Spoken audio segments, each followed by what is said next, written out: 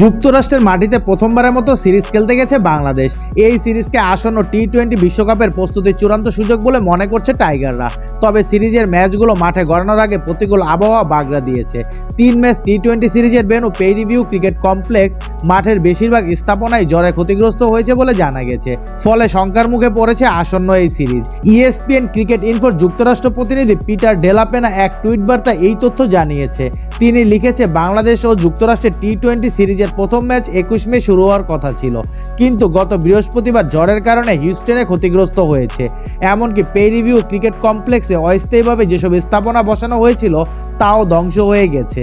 আগামী 21 মে থেকে যুক্তরাষ্ট্রের এই ভেন্যুতে বাংলাদেশের 3 ম্যাচ সিরিজের সূচি নির্ধারিত। পরবর্তীতে 23 ও 25 মে সিরিজের বাকি 2 ম্যাচ।